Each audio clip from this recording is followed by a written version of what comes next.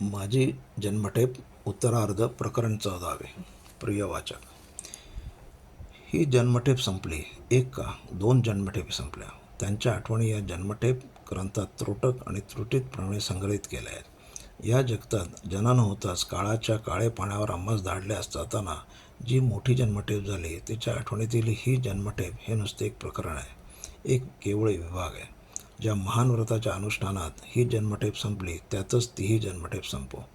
सुटका झाली, पायातील लोखंडी बेडी तुटली, पण मनाभोवताली जखडलेली इच्छेची बेडी तुटली नाही.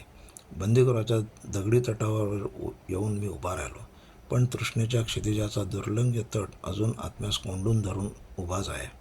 प्रिय वाचक, ही कंटाळवाणी कर्मकथा लिहिताना मला जितका त्रास आणि तेच ते वर्णण्याचा वीट आला तितकाच तुलाही ते ऐकण्याचा कंटाळा आणि पुनरुक्त वीट आला आहे ना?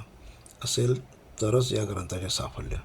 कारण त्या योगेच जिची एका दिवसात वाचून टाकता येईल इतकी त्रोटक कथाही तुला इतकी कंटाळवाणी, असह आणि बेचव वाटते. ती जन्मठेप क्षण क्षण मोजून तिची 14 वर्षे प्रत्यक्षपणे कंठित असता ती तुझ्या भारतीय राजबंदींना किती कंटाळवाणी, निस्सार आणि असह्य झाली असेल याची तुला काहीतरी कल्पना आली असे म्हणता येईल.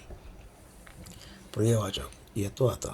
जाता जाता तेवढी विनंती या तुटलेल्या लेखणीसह केल्यापासून राहत नाही की या कंटाळ्यासही कंटाळा न करता त्यास कर्तव्य म्हणून ज्यांनी शेवटपर्यंत कवटाळून धरले, जे या भयंकर दिव्यात जळून गेले आणि जे ज्यातून जळले जाता जाता जाळता न आल्याने बाहेर आले, त्यांची आठवण तू विसरू नकोस. पुढे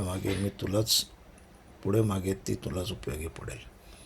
प्रकरण 14 संपले.